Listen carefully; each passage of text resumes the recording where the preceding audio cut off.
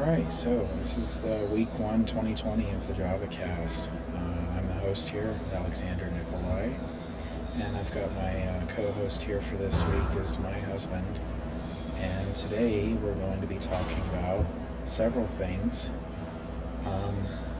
But I guess the first thing that we ought to get into here, with this being the first episode and all, is going to be the name and the purpose.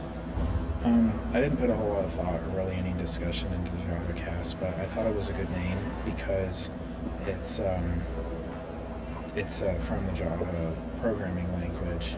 And if you know anything about Java, you probably know it's not the best programming language around, but it's pretty popular and it has a lot going for it. And I just thought that personality-wise, it was kind of fit. So the purpose of this podcast was something that I realized that I needed to do about sometime last week, I think, when I was getting into some feedback that I was getting from various blog posts on my work with computer science, and I was just starting to realize I don't have a good time interfacing with other fellow programmers like mine through text form. It just doesn't work as well. And for the longest time, I never wanted to get into podcasts or actually do podcasts or listen to them because I'm a programmer and I just prefer to have things in written form. It's easier to break down and reference. But that's precisely why I need to make one now, because the types of people that don't care for my form from before don't listen to this, and all the people that do listen to podcasts might like what I have to say. So that's the idea with that. And so let's just get right into it. The first topic here is something that happened at some point last week. I actually went back through my TL several times and I tried to find the original thread, the source for this, and I wasn't able to get it back. But there was a Tesla crash. The Tesla ran into a post at about 70 miles an hour, and unfortunately the driver died. And there were several things that kind of went into this whole thing. Do you remember anything about that when we went over that? Yeah. Yeah, so what was it? Refresh my memory. I don't really remember, but it's something about the car going into a lane that's not actually a lane. Oh yeah, that thing, and they called it a gore, I believe. I'm just I think one of the things about the whole Tesla autopilot thing that was going on was that there were a couple reasons why. Some of the reasons were common sense, like it looked like a lane but it wasn't a lane.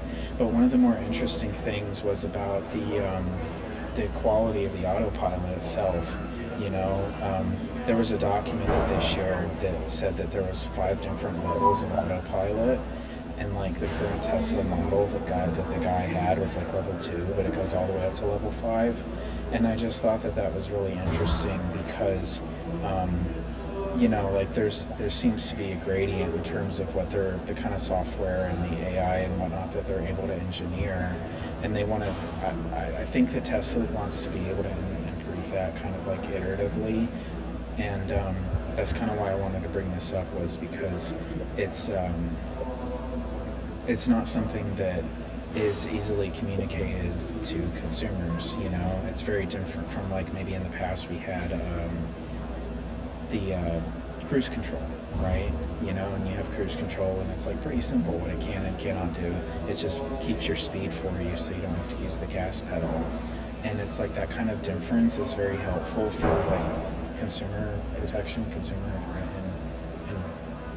informativeness, I guess. But with Tesla, it's not clear what the car can and can't do. It's actually anything but obvious. And then marketing kind of just tells people, oh, hey, this thing is self-driving now, but maybe not quite. Realistically speaking, it's not good enough, and it's pretty unfortunate. This kind of goes back to something that I've spoken about a lot in the past with, guarantees of engineering. When you don't have a good handle on the software engineering, you don't know the system that you're dealing with here in complete detail. It's pretty hard to translate that into do's and don'ts for people that aren't engineers, right? And so stuff like this is just kind of bound to happen. That one's I guess that's pretty much like the main thing with that. We can go ahead and move into the next thing here, which is McBroken.com. This is really funny. So there was a What was it?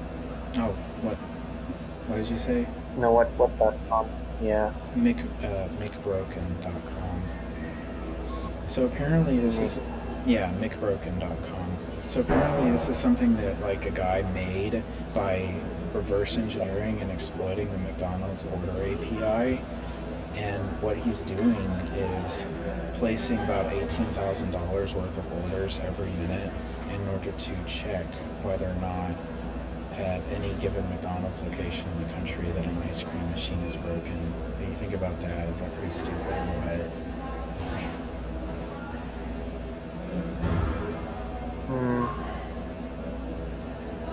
Well, I think about that website, it's just he's abusing some API that McDonald's have with their ordering system. Do you think that they might ban him? I doubt it because it's not really anything nefarious. If anything, it's actually doing them a service. But what about like how he's placing like all that money's worth of orders? Do you think that bothers them? Even because he's not going to pay it? Well, I think if they're a tech company, they would, but I doubt like they actually had somebody who built that website like really, high tech or whatever. You think that I think it's just probably yeah, yeah, like, they probably had a freelancer or something for it. yeah. So they probably don't.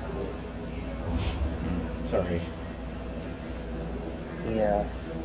I just thought that was pretty funny, but it is a nice service. You do got a point there. Another thing that was in the news lately was apparently the RIAA taking down the YouTube DL website. You heard about that, right? Yeah. What do you think? Well, I mean, like we saw the other screenshot about like all the clones going up. Yeah. But I don't know. This is kind of like not the first time this has happened. Like they did it with Napster, but in this case it's not Napster. It's just like a open source thing that they have. But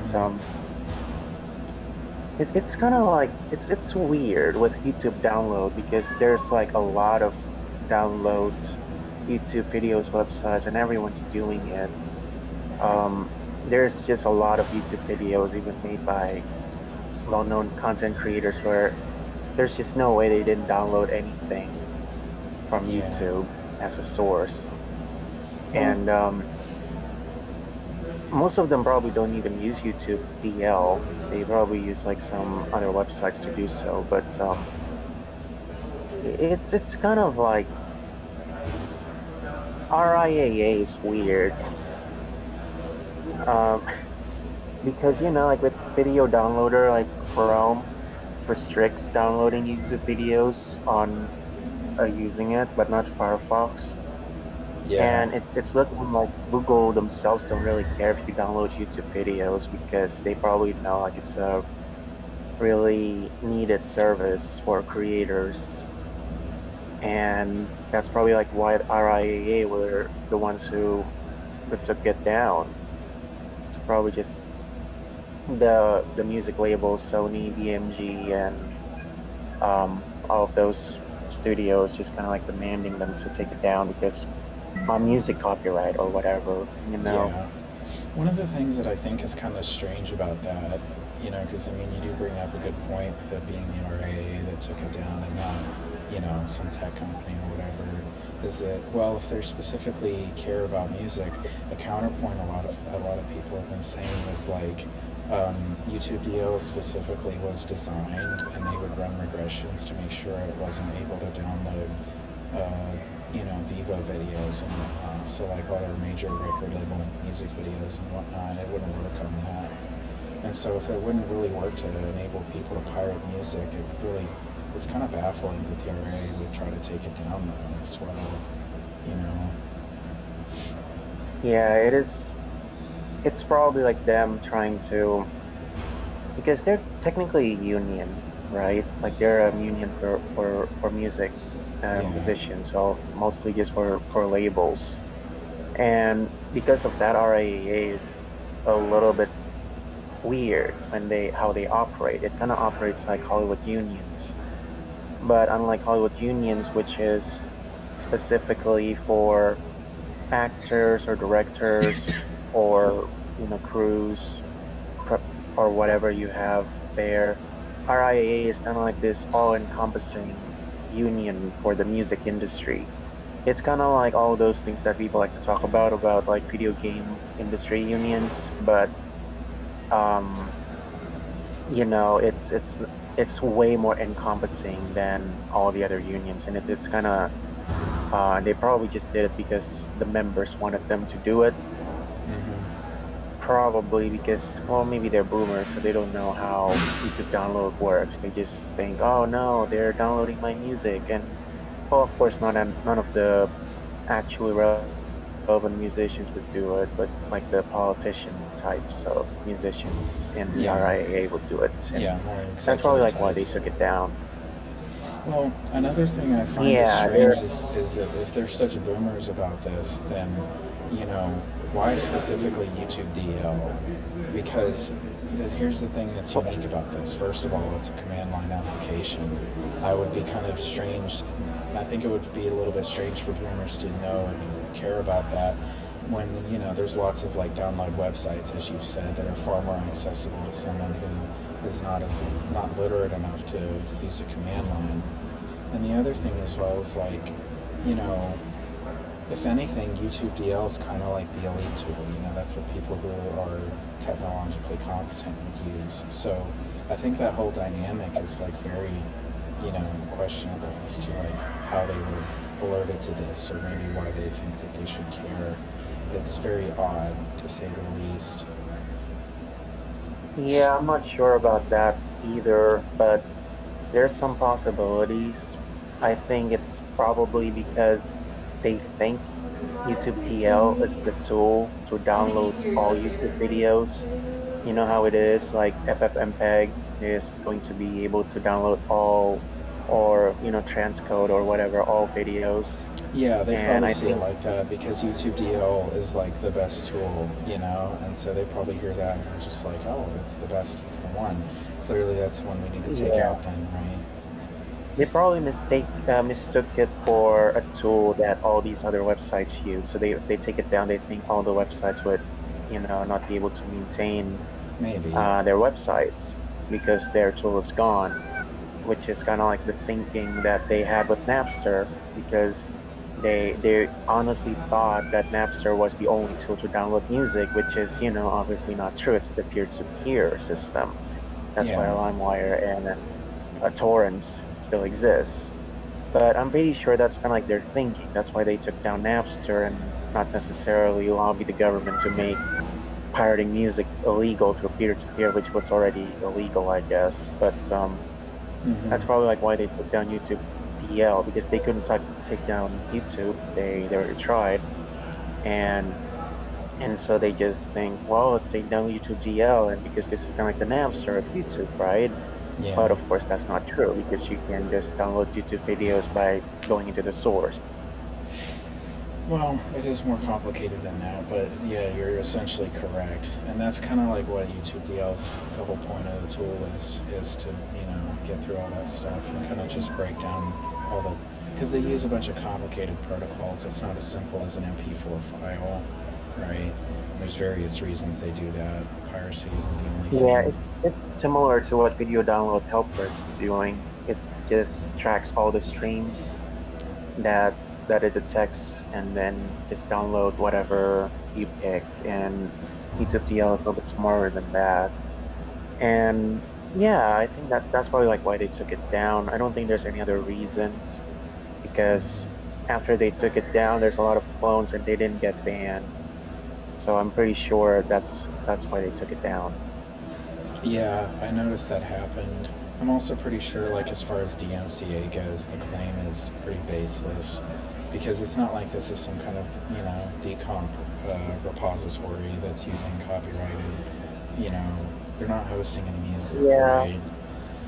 it's just using this strategy to scare them, because it's kind of like Napster. I mean, Napster was technically illegal software, but it was made illegal just because, RIAA wanted to. I mean, that's kind of like the origin of DMCA's. It's kind of like we can threaten to sue you and destroy you if you don't take this down.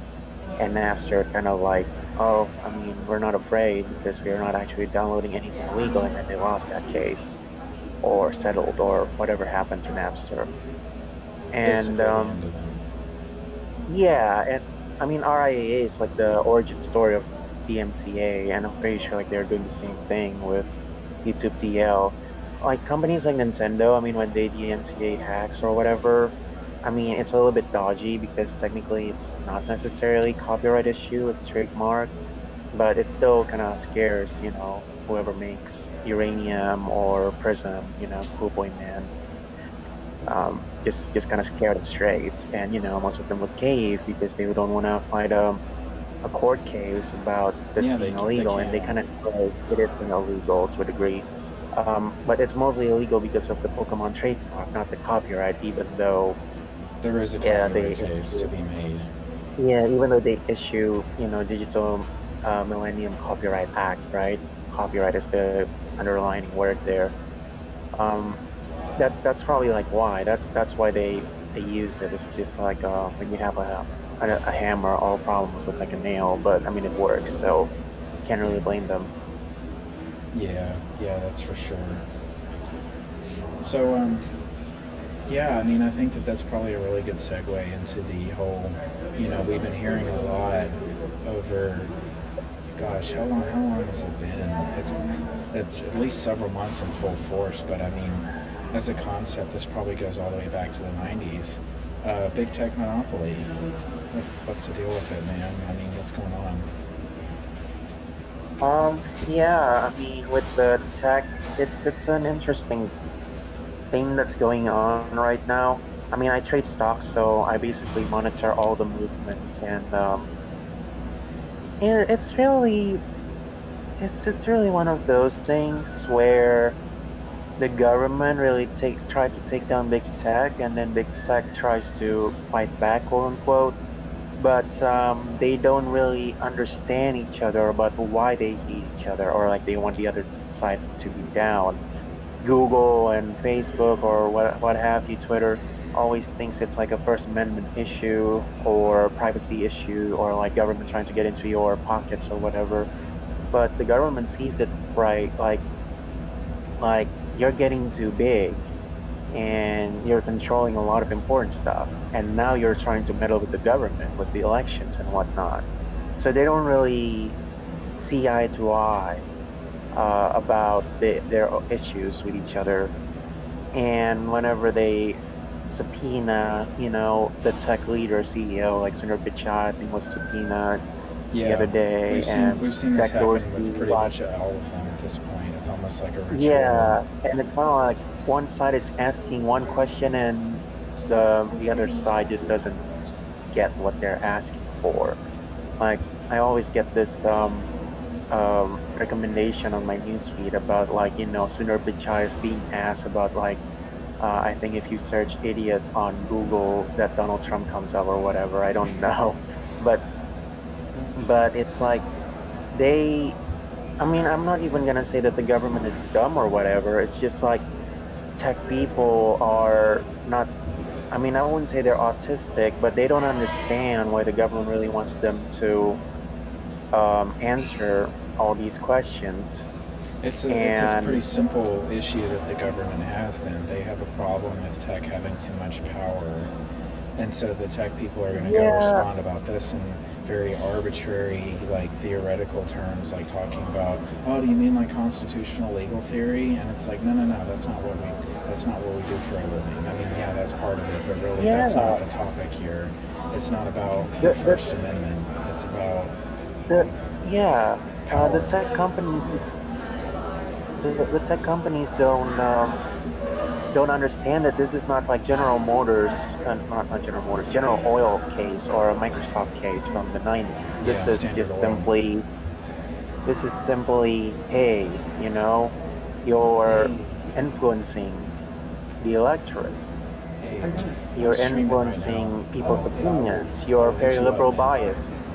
Um, yeah, and it's kind of like, at least with the conservatives, with the GOP, they're really like fighting a hard battle, just trying to fight out like these opinion shapers of the public, right? Like, and Hmm. it's not even like the GOP that has a problem with it. I mean, even the Democrat senators have a problem with it because then it creates echo chambers, as you know, and it created the rise of Trump with all of these, conservative channels getting recommended, which is, no longer recommended. Just in case you don't know, Sargon is still on YouTube and still posting, but you can't find him because he's search banned. Yeah, Um, yeah. And and and that's really just it's tends to be making the relations more strenuous than eased. It's just making things more difficult. Yeah, I mean, so that's kind of like why tech says freedom of speech, but they're the ones censoring the other side. I I don't think. mean, don't get Yeah, me wrong. I mean, you're right, Yeah. and I think like the thing that's like going on with tech that maybe might not be obvious is like, and this is like especially true with Twitter, right? Is that they really Hmm. are trying to make things impartial, but I think really their problem is that they don't realize that they can't do that automatically. They can't do that with an algorithm, or maybe if they could do it with an algorithm, there's no input that they could find that would be appropriate. They want to say, well, we want to fight disinformation. And then what's the first question you ask? What does disinformation look like? Well, it looks like people posting far right conspiracy theories, according to, I don't know, everyone in the company, in the valley for that matter. They're running into a problem, the same kind of problem that Wikipedia has. I had just recently read through a very long and well researched article the other day from thecritic.co.uk, and it discussed it alleged the left wing bias of Wikipedia, and it went into a lot of very specific cases and actually kind of laid out a study as to how. Um, and like it took a few issues that just happened to align on the left-right axes, but it kind of went Yeah. into how it's a combination of policy, Wikimedia Foundation official policy, and also the composition of Wikipedia administrators and how they all kind of just tend to agree. And there's this whole, you know, Mencius Moldbug style Cthulhu swimming left, kind of thing going on, a phenomenon, if you will. Because, like, there were some of the things that they mentioned in that article that most editors disagreed with, but none of the administrators spoke out against it strongly at all. And in fact, a Well, good I few do of have them were some stories supportive. about. Yeah, I have some stories about Wikipedia. One was about was I think the talk page of Stefan Molyneux and how he claims himself to be classical liberal. And I was looking at the talk pages and like and Sargon, I think, and then everyone's been saying like they claim to be classical liberals, and then the moderators were saying yes, but you don't have a source for it, and then they say the sources themselves, and then we can't accept Mm-hmm. that. We have to find sources that are, mainstream news, and then they link, obviously CNN, and I mean, I'm not even like trying to say that I'm conservative bias here, but that's just ridiculous. I mean, it's That's an you know, erroneous application of policy. I mean, yeah, it's but that's that whole the source, the reliable sources thing is precisely what gets exploited.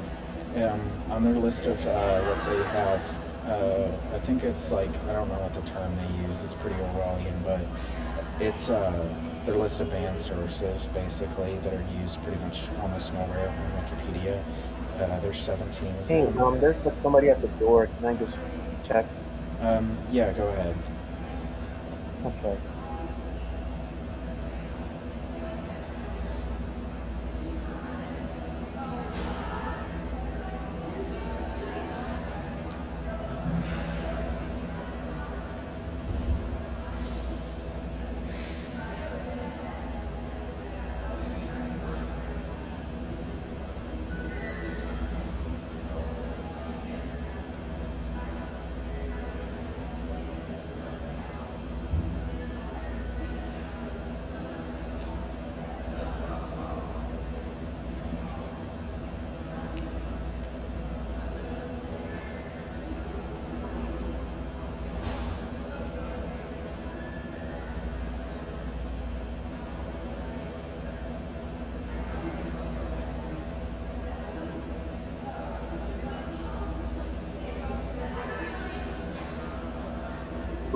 Hey, Hey. just so you know, Garrett's here. Oh yeah, I forgot to mention to you. He was on his way. Tell him that I will be speeding down there as soon as we're done with this.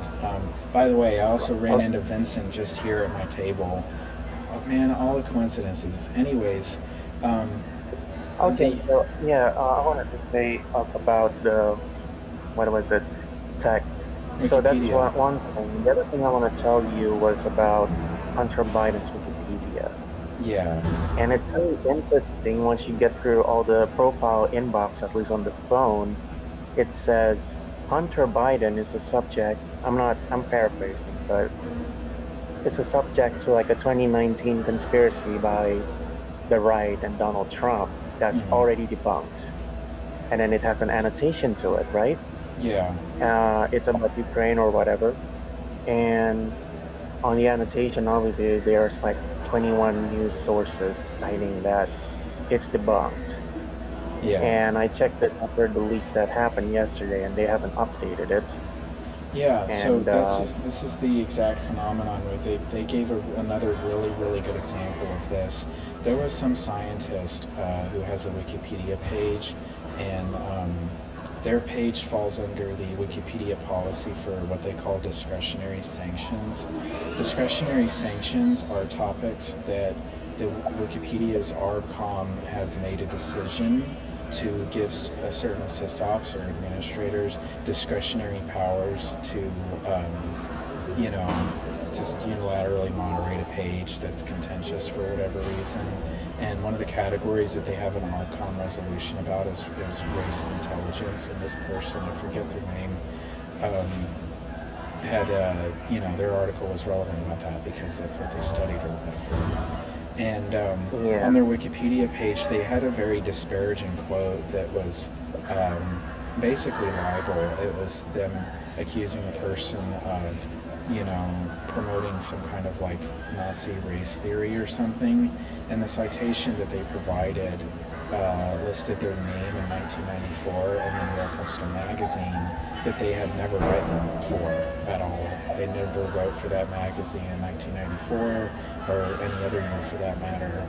And, all available evidence basically is corroborating the fact that they never said this. So they were effectively quoted as saying something that they never said, and for about the span of 21 months on Wikipedia, that quote remained up there. And this is the other problem. It's exactly like what you're describing with Hunter Biden that you run into is that, well, the other discretion about admins besides ARCOM is that they also have discretion as to what they feel like enforcing.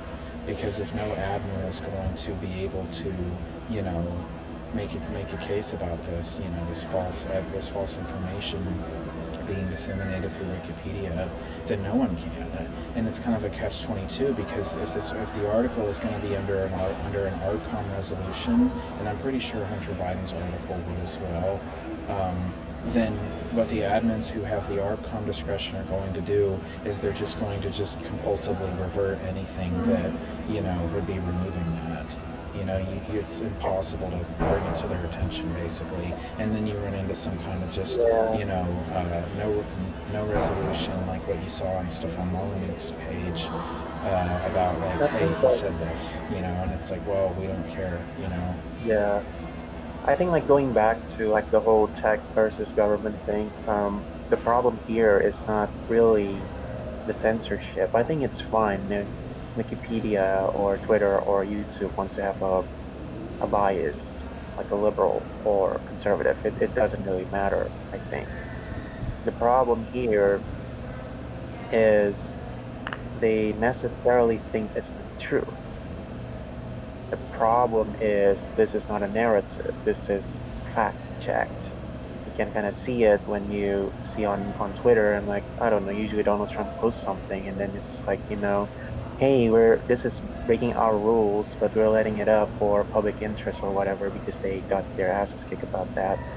Um, and it's That's the problem. That's the That problem with tech. I perception. mean, The problem with tech is that that perception. they go and receive this feedback from the government saying, hey, we're tired of you doing censorship, or we're tired of you spreading false stuff. Yeah, Stop doing and that. I think like you know, Then they're like, okay, well, we're going to try to stop doing that. And all stuff that's been verified is true, and then this is the outcome of that.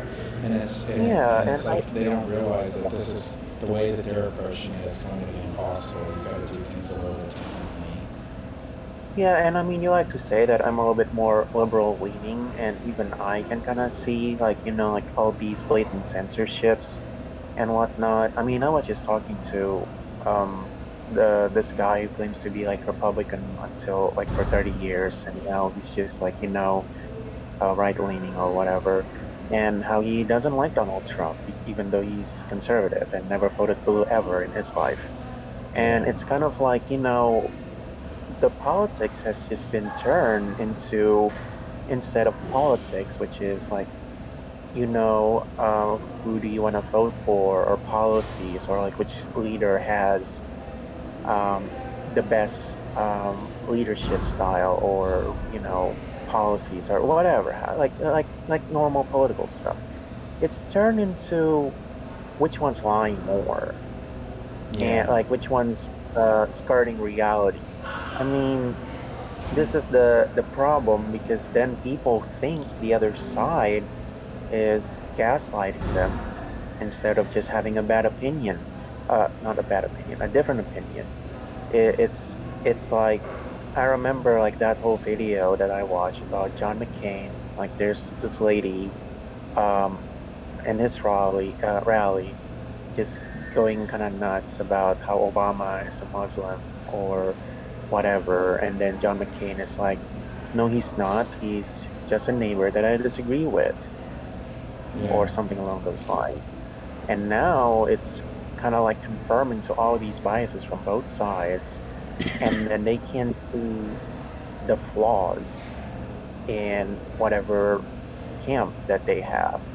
I mean, it's kind of like what I've been kind of like talking with you for a while about Trump and Biden, and how just not a lot of people understand the implication of voting one or the other. Yeah. It's like everyone keeps saying me that the war's going to end if Trump slash Biden gets elected in their own ways. And I'll never believe that because, well, I've lived through 4 years of Trump as a quote unquote liberal and nothing really happened. I mean, you can't really blame the coronavirus on him, unfortunately. Well, and then again, you've seen a lot Unfortunately, worse than anything that's happened so far here in the United States, anyways. Back home, you lived through '98 and yeah, all that stuff. Like, really, if of that's the course, of baseline, course. yeah. That's my baseline. I mean, I always go back to that. I mean, sometimes I just kind of like have to say it online, especially that is this it? Is this like the whole chaotic Yeah. downfall of society that everyone's been talking about? I mean, it's kind of lame. I mean, I was Yeah. very cautious when the riots happened because lived through Yeah. that once, Yeah. and Both of us were. uh, yeah, but I guess I kind of underestimated how um, don't want to use the words, but kind of like Cowardly. um, cowardly, yeah, the protesters are. And a lot of apologies from both sides on that. But there's a lot of opinions I hold about that, which I'm not sure if everyone could understand unless they lived through what I lived through. That's But fair. yeah, I mean, it's kind of like the whole, oh, protesters are not rioters. And I just have to say, well, I have protests in my country every year, and you know, it's really easy for protesters to turn into rioters. They just have to be angry enough. Yeah, that's all it Um, takes. I mean, yeah, I could kind of understand about like the difference between protesters slash rioters and looters, but protesters and rioters, I mean, I'm not One's even gonna angry go and to one's not cases in my angry. yeah, I mean, I'm not even gonna go to like the cases in my country. I mean, if you're old enough in this country and lived through LA riots, or you know, if you're old enough, like even in the 60s, like in Indiana or Berkeley or whatever, like you can really understand that there's a lot more nuance than whatever that they're saying about rioters. But that's just how I see it. A lot of people would disagree with me because, on both sides, I think, because there's a lot of people who are conservative who think like, protests are good. I mean, it is a good thing to a degree. Um, but yeah, I mean, it's kind of like it's not a zero-sum game. And even if we had like quote unquote a different world here where a different president like Hillary, I mean, COVID would still happen. I mean, look at the rest of the world; they're dealing with COVID too, Yeah. and probably the same response would happen because look at the Spanish flu. Like America did the same thing then, Yeah, I mean, as what they're doing right now. I think it's been pretty underestimated with that stuff. Just to touch on COVID. I mean, I don't want to get into that too much, but just to touch on it, I think it's been pretty underestimated how much is decided by culture alone. And I think that that's also why it's been very stressful for Europeans in particular, because they've been going through the big European project to, become more of a unified continent and less of, however many dozens of countries that there are. That's been a big focus. And Yeah, so when you're in the middle of asking who the hell you even are as a culture and as a nation, and then you get put to this kind of crazy test, that meanwhile in the Far East they've just been waiting for something like this to go on. You put masks on because of smog, and when you get the sniffles, and it's just a totally different world how they even think about stuff, and I that's really mean, what matters. well, the It's other thing about like what they're like to point out about COVID, just trying to make this brief here, is like they always point to the graphs of South Korea, China, Taiwan, Singapore, and Malaysia, like being very, very flat. And they don't really see any other countries beyond those countries that mm, have quote unquote more freedom that in their borders. I'm just gonna say, like my country, for example, or even countries like, Thailand or whatever. I mean, they're not doing really well with COVID at all because we do value personal freedoms as much as Americans do, and we're not just gonna like, government says lockdown, and then everyone's just like, okay, and that's why we're kind of like in the same trouble with COVID, and I guess it's not to the extent that Americans are, but at least to the extent of Europe. yeah, Like that's probably how bad we got it. yeah, And that's probably the discrepancy because we're not like East Asian countries like Japan or Korea where, oh, we're just trying to obey what everyone else is thinking or whatever. The Japanese people wear masks because it's a polite thing to do. They don't actually have laws for the masks, at least mm, until it got really bad or something. I don't remember. And there's that line of, I guess, collectivism, so to speak, that allowed them to beat COVID. It's COVID and individuality and personal freedom just doesn't mix well because you need to have that collectivist mindset to a degree. I mean, it doesn't mean like you have to, but it's really helpful. yeah. Well, to kind of bring it back to the whole, technology stuff and, the Hmm. whole perception that people have that's very camp oriented. I mean, I think it's pretty interesting that it's not just camp oriented in the sense of left versus right, but also government versus tech, and there's just constant talking past. And it was also, I wanted to say that, I mean, obviously it's untenable to be in camp like this, but even more so if you're not in one of the camps, as, many people, including us, Yeah, are. It's just not going to even, your life's not going to be coherent under those terms. And it's actually another perfect segue into the next topic that I had, which was something I called low-cal meltdown. And I actually wrote about this in my blog, and I made some basic points on there. But for the most part, it seems to be this kind of like it's the very same phenomenon that we run into where, that one person just can't fathom how, you know, some other group of people that they're aligned against could possibly be doing something.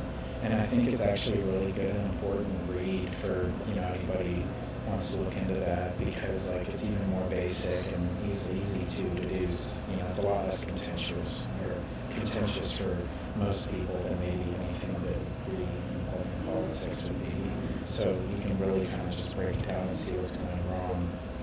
And what it is that it's a giant commit comment. It's a commit message in this MPV player thing, and it's a giant rant. You know, they just kind of go into it, and what they're complaining about is the locales.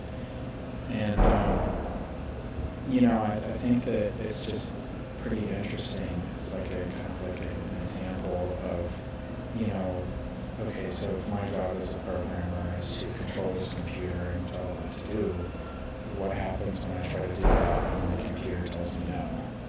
I might just get mad, right? I'm gonna get upset because I don't know what's going wrong and I can't figure it out, you know. But I think I'm just gonna pull up like the concluding paragraph from my blog post here and try to read it out because I think it's probably the best thing I wrote.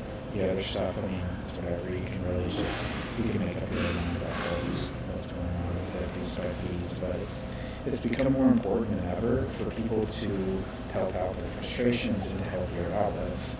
Software has become more complex than ever, and the last thing anybody needs are angry developers with ideological convictions about code striving for some utopia that they can't comprehend, let alone implement. Beliefs will solve absolutely nothing about software. Beliefs will provide an easy way to blame others when software doesn't work as you expect. Now is the time for patience and understanding, because it's the only path through which simpler systems and thus better code can be realized. This kind of is just bringing it back to, you know, once again, the ultimate point, the only point that I ever have about code, and it's just, you know, sustainable programming, sustainable computing. That's what I wrote that ethos about, that's what the injustice of complexity is about, you know.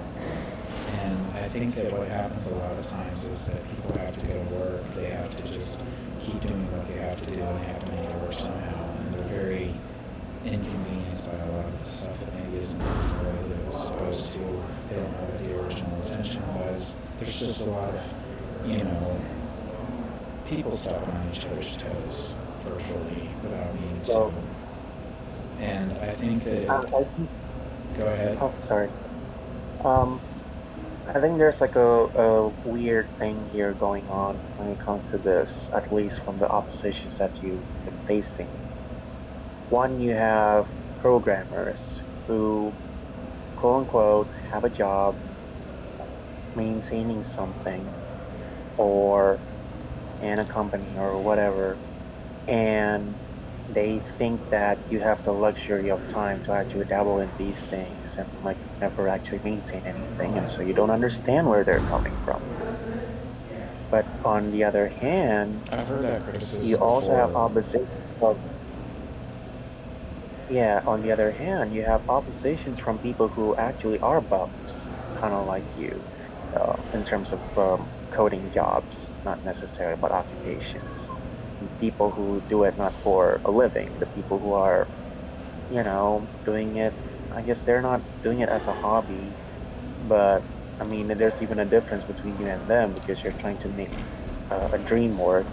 And they oppose you because they think what you're doing is incomprehensible to them.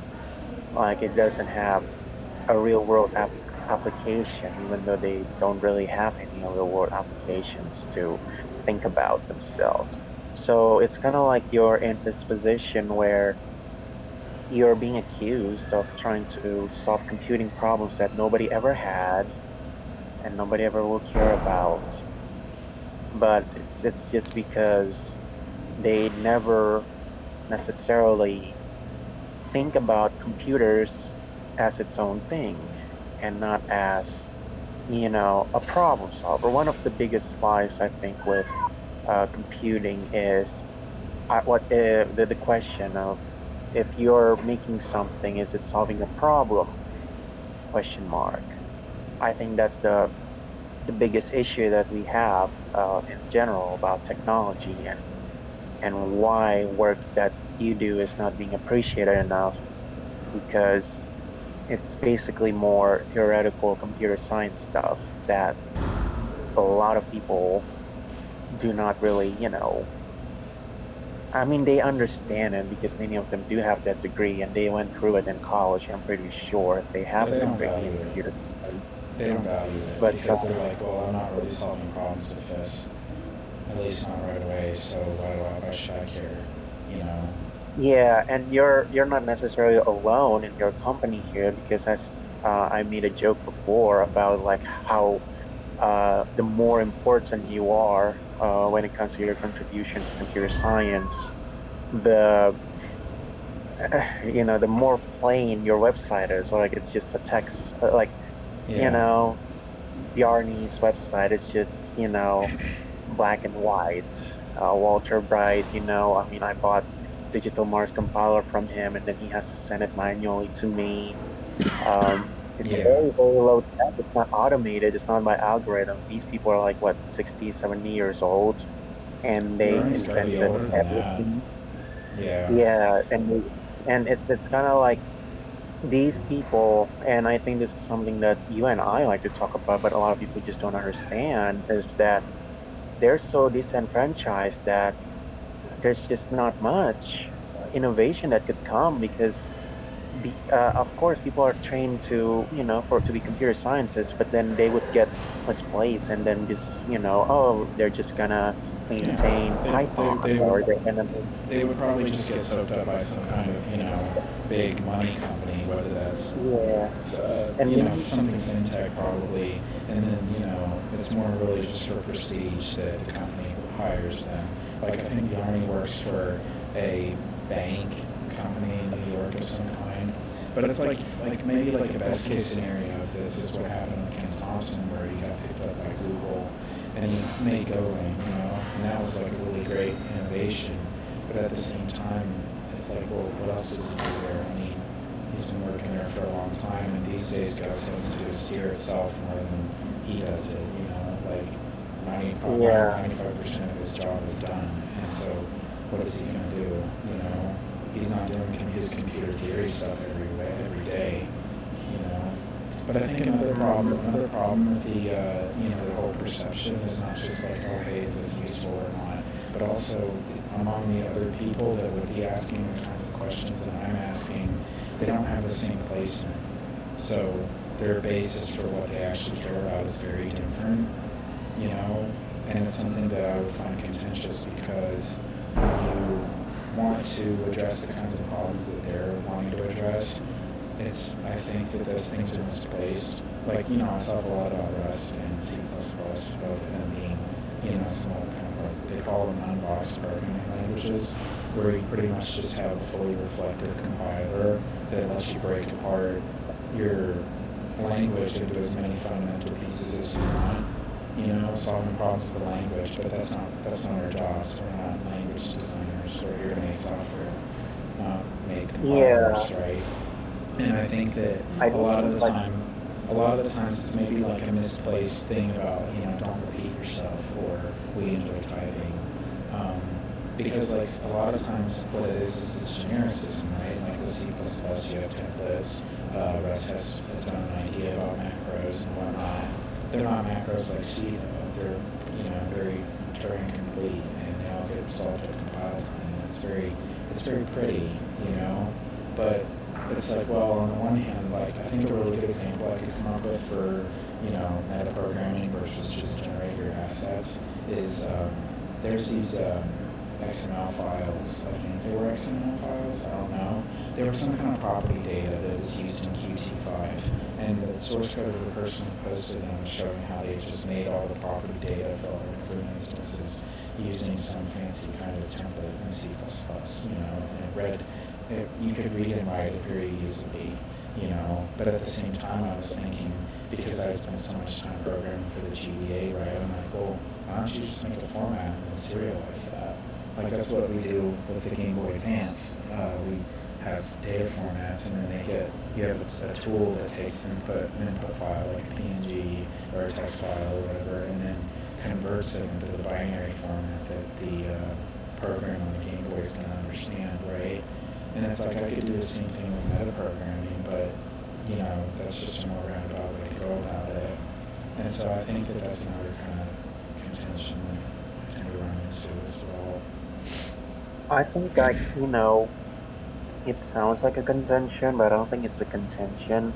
Sometimes I do believe that you're overestimating people's abilities with code, and you probably have noticed that. But it's less about that and more about the different mindset that we mentioned, that you're not solving a problem when you do that. And it's not because you're not really solving a problem, but because you are solving a problem that they don't think it's a problem. Because why would you do that? We have a lot of computing power and we have a lot of, you know, technology that can do these automatically or, magically. Yeah, but that's precisely And the issue, is that it's doing that automatically or magically. Like, yeah, of course. yeah, like, here, this is the last topic that I'll bring up, but it might as well be the same topic for this point. Just today, they made an announcement that they're delaying Cyberpunk 2077 again, despite doing crunch. And I think that the problem that we run into is that when you have generic programming, and this is especially bad in game dev because they're so hardcore about it, it's like when you have genericism in programming, it's kind of impractical. It's like practically impossible not to get lost. You get lost, and then, when you're lost, you don't have your bearings, and you don't know when anything's going to be done. You don't know when that thing's going to be finished or what it all depends on. You just forgot about that because you thought that, well, that's what I got the automatic system to automatically manage that for me. But it doesn't really automatically manage that. You still have to care, you know. And that's the problem that I'm really solving. I'm solving a big problem like crunch, but that's just incomprehensible to most people for the time Well, being. I think it's not really incomprehensible. It's just that, I mean, I understand it to a degree, and, I have a very rudimentary knowledge of programming. Yeah. I think it's less about incomprehensible. It's more that you have all these resources. RAMs are, you can have that 2 terabyte RAM and you can open 6,000 tabs with it or whatever. Storage is big. You can't have petabytes soon enough. And processors are overpowered with, like, I don't know how many cores they have now. And you have a lot of these resources, and there's just no reason not to use them in their mind. And I could kind of agree with that because, people have been used to having things crashing for 2 decades, and it's, crashing for no reason, obviously, because of OS and whatnot. That it's just kind of like, oh, you want a computer that just runs perfectly all the time? It just doesn't seem reality It doesn't seem like it has because a point. I mean it does have a point, but they just think like it's impossible to achieve, and there's just not a lot of things that you can kind of like tell them that it's a possibility. In any ways, you can write all the blog posts you want about it, but unless they see your code and understand it, or at least they see what you're doing from, a perspective of, not solving a problem, but or quote unquote solve a problem, like solving the problem of X industry, like how are we gonna make transactions faster or whatever. But I'm just saying, like, solving computing problems, which, people who should have gone to computer science degree, like if they got it at the university, should have written a lot of essays or projects trying to work with it, should understand. But obviously, there's a different topics of problem with that because they're starting to eliminate some requirements. And when they started teaching Java, I mean, for everybody, that started to go downhill. But regardless of that, they don't necessarily understand that the problem you're solving is not necessarily not gonna solve a problem. It's just that you're digging through computing history all the way back to early 90s, not even like late 90s, when Intel came out with the 386. and try to solve that after, we are kind of like in this 86 hell for decades. And of course everyone's thinking like x86 was the solution. It was how we can get more RAM up to 4 gigabytes and now up to 2 terabytes with 64-bit systems. And you're just saying, no, no, no, guys, actually, you know what?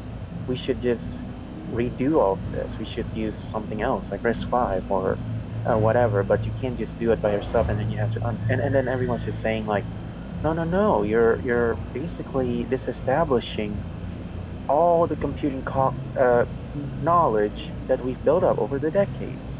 But then you argue back, yeah, but that's what you're doing with Rust, because if you're gonna start using Rust now, you have to rewrite all of these codes with C, written in C with Rust, and of course Rust has its own problems of meta programming and what have you. So it's kind of like you guys are trying to solve the same problems that you know it's probably like the government versus tech here, in a smaller scale.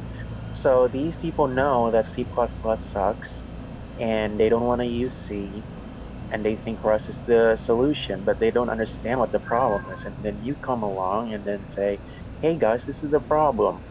And then they say, what? That's our problem? No way. You see that all the time when you have some conversations with programmers and they don't believe you because it's very deeply, theoretical. It's Well, just got such a not radically very. different, like, you know, conceptual foundation. It's like when I was, talking Mhm. with ISO about UTF-8, and there's also blog post reference, just a note for listeners. This is mentioned, and it was the whole idea about I have this stream of UTF-8 encoded characters, but it's going to have null bytes in between it, and they were under the perception that this is UTF-8. And my problem is that the shitty broken C libraries that want to insist that, null termination is the end of a string is causing me problems. So I had to rewrite the whole string.h library. And I'm like, no, no, no, no, no. You're going about this all wrong. If you had the proper conception, you only would have had to wrote like 2 functions for this, and it would have pulled the weight for everything. So the problem is not that, oh, their problem is invalid or whatever. It's just like they have an newborn conception about like what even is going on in the first place. They're mistakenly led to believe that the problem is the design of the C language, which it isn't, because terminating your strings with a 0 character is a convention, and you can adhere to that convention without having to subscribe to it in an ideological sense. And I think that when I was telling them, look, no, that's fine, there's no problem with the C language, they're telling me, they think I'm saying, oh, you should just do things the C way. And they're like, no, you don't understand. I need, the assembler has to output it this way. I have to put null bytes. And I'm like, you don't understand what I'm saying. You need to create a translation function that would handle that and kind of eke it out. You can just re-encode those null bytes to be something else that, the functions aren't going to choke on or whatever. It doesn't matter. Yeah, you know yeah, and that's definitely. that's what they And were they were understanding null bytes in ideological terms, which is not helpful for anyone, and that's kind of yeah, like, and yeah, I mean that's probably very technical, but I think like the more succinct way to put it, it's kind of like when you had a problem with Go and you were trying to do all these things that the Go standards or whatever just don't like if you do. yeah, And but C has no standards, obviously. well, not And I think standards it in just that goes back. sense. Yeah, I mean, it just forces you into doing things in certain ways, but it doesn't really have standards. You can break it if you want, which is what ISO was doing. But it's more that I think it's probably a combination of quote unquote best practices, which is not really best practices, but kind of like, what you're being taught as, and also coding education has been way more streamlined because it just tries to teach you all the way to make a program or maintain a program really easily. That's Yeah, why we always. I have. This is not the first time I've probably said it, but I've heard a lot of times where people have just been saying like OOP is it's kind of like the very fundamentals of everything in programming. It's kind of like, they're saying it's everything of programming. Like there's like you can kind of go against it, but then whatever they're saying, and it's not the first time that I've heard that. It's not just one thing out of many. It's like the thing, and then you just can't necessarily you know tell people that OOP is it's not everything in coding. And then they say, yeah, but actually, it's a solution. After like years and years of research, this is how they figure out like it's the best thing to do. And there's like the trap because they don't understand the history about like why OOP happened back in the early 90s. And it can kind of like always go back into like people just don't understanding the history of computing. They might be able to teach, in college about who invented a language or, who created computers, like Alan Turing or whatever, but they never teach the history of how we got here as far as technology goes. Like why are we doing OOP? Why do we have x86 chips and not anything else? And like right. why ARM is different or RISC-V or whatever? Yeah, And they whatever never happened to really, Spark, you know? yeah, If you even know what they that they is, I never, will give you a senior citizens discount. yeah, they never look back. They never reread that or at least try to understand what happened. I mean, for me personally, I don't necessarily read them, but then I use old computers, as you know, so I know the limitations of those machines. I know what DX4 was, or Pentium MMX was, just because I have to research all of that and like what does it do? Like Yeah, yeah. when it comes to computing and like why a DX4 is better than a Pentium. And it's kind of like nowadays it's and those nuances are hard to find because people keep saying AMD or Intel is better, and then it's kind of like, but why? Like Well, they scalar can't say performance. Or maybe like benchmark.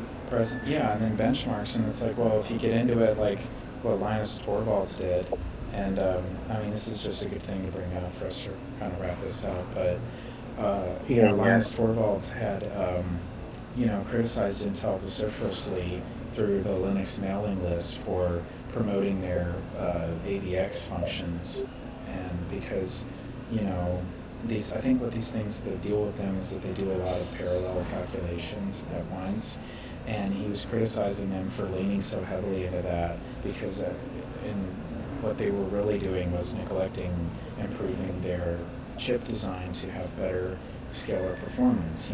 They were deviating from what had in the 90s made Intel so successful, was that Intel didn't care about having competitive floating point performance. They wanted to have good integer performance because that's what everybody uses. And now Intel is leaning into, all this special niche performance of AVX parallel. I think it might also be floating point to some extent or another. I'm not sure in the details, but it's just these are the kinds of things that they can go release a whole new entire generation of chips and kind of lead consumers to believe that it's going to be better for them, but it doesn't. It really doesn't matter. It doesn't make a difference Yeah, in terms of that's their, that's exactly the point. Yeah, yeah. I mean nowadays we just think about when it comes to computing power as benchmarks because instructions and whatnot has been so standardized that you really don't care about them anymore. But back then, it really mattered if you had a math coprocessor or you had, something that Yeah, does, but uh, yeah, the performance of like your standard instructions that comprise the vast majority of the things that ever run on your PC, they haven't gotten any faster in a long time. That's why I could have like an X201 tablet from, God, that's got to be first generation, so Nehalem, and it still could yeah, run we like to Windows. call them get modern computers in general. Yeah, I mean, I could run Windows 10 on that. I don't because it came with 7, and I just prefer to keep it that way. But, that says a lot. I had a netbook from 2009 that could run XP but couldn't run Vista. those are probably among the last computers that was really missing in terms of scale performance. That netbook had Yeah, 45 nanometer Diamondville Atom processor from Intel. It's a single core with simultaneous multi-threading. Pretty interesting chip, but yeah, I mean, there's just it's yeah. different. Nowadays, like, just wanna kind of like sum it up there is that anything that's, way past Pentium 4, I think, are all modern computers. It's just all the same thing. It's just more powerful as we go along. It's RTX is probably the only thing that's new, and Yeah, that's a GPU thing, and TensorFlow and all of that whole, machine learning things that they like to promote. But your phone from 2010 or your laptop from 2006 and the laptop you're using right now, there's nothing different with them. All of them are as good as the other, besides raw power. But you go back a little bit and then you use all those Pentium chips, 386, 486, or even the AMD variants. There's a huge difference, and not just power, there's a huge performance difference and huge um, it's focus. a Like, different kind of what, performance difference, and it just kind of goes back to like the ultimate question we're asking here of like, what is this for? mhm. That's the Yeah. thing. Why do we want this? Why do we want that? It's a tough Hmm. question to ask. I think We it's, used to have a split between workstations and graphics bound computers, or even just, and they're all like on the same period. So you used to need different computers for different purposes. Now yeah, everything just does everything. Anyways. yeah. Well, I mean, that's pretty much the whole list of topics. We pretty much covered everything that was good. It's been a pretty good session, Hmm. so yeah, I'm pretty happy with this. Thanks for doing this with me. Yeah, And that's as for our cool. listeners, thank you guys for listening. We'll be back next week at some point on Tuesdays. We do Tuesdays. I would like for us to kind of upload earlier. We did this one pretty late in the evening, and we're in the Western Hemisphere, so sorry for you guys in the East or Europe, but we're going to try to make that earlier in the future. Thank you guys so much for listening, and we'll see you next time.